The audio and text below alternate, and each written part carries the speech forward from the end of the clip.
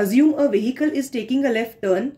Here you would observe the left rear wheel rotates at a lesser RPM as compared to the right rear wheel. This is due to the fact that the left rear wheel needs to cover a shorter arc length while turning as compared to the right rear wheel. Let's understand this concept in detail. In this video, we will be deriving the relation between steering angle and the RPM of rear wheels while turning. Consider a vehicle in which the distance between the front wheels and the rear wheel is length L, the distance between the two rear wheels is D, R is the radius of turning, and alpha is the steering angle. From simple trigonometry, we get to know that tan alpha is L upon R. Consider that the vehicle makes an angular displacement of theta while turning.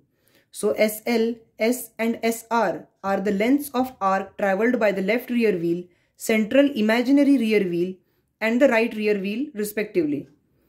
The central rear wheel is just an imaginary wheel at the center of the rear axle. So from the geometric relation of S is equal to R theta, we get SL is equal to RL theta, S is equal to R theta, SR is equal to RR theta, where RL and RR are given by these relations, where D is the distance between the two rear wheels. Consider that the wheels rotate n number of times as they cover these arc lengths. So this relation can be written as S is equal to 2 pi R n, where n differs for the left wheel, central wheel and the right wheel, which is shown over here. NL, N and NR are the respective rotations that the left wheel, central wheel and the right wheel take to cover these arc lengths. The left hand side of both these equations are same, so we can equate them to get these three deductions. If we divide the second deduction by the third, we get this relation, where NL is the number of times the left rear wheel rotates and N is the number of times the central imaginary wheel rotates in 1 second.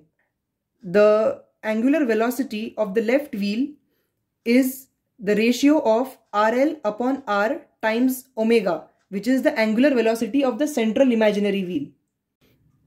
Using these equations, we can write NL is equal to 1 minus D by 2R into N. We get this relation by substituting the value of RL in this equation. Further on, using the relation tan alpha is equal to L by R in this equation, where we substitute the value of R, we get this final equation, where we have finally derived the relation between the RPM of the left rear wheel and the RPM of the central wheel, which also happens to be the RPM of the rear wheels when the vehicle is moving in a straight line. We can also further solve for the right rear wheel in a similar manner. Hence, we have proved the relation between the steering angle alpha and the RPM of the rear wheels. Thank you for watching.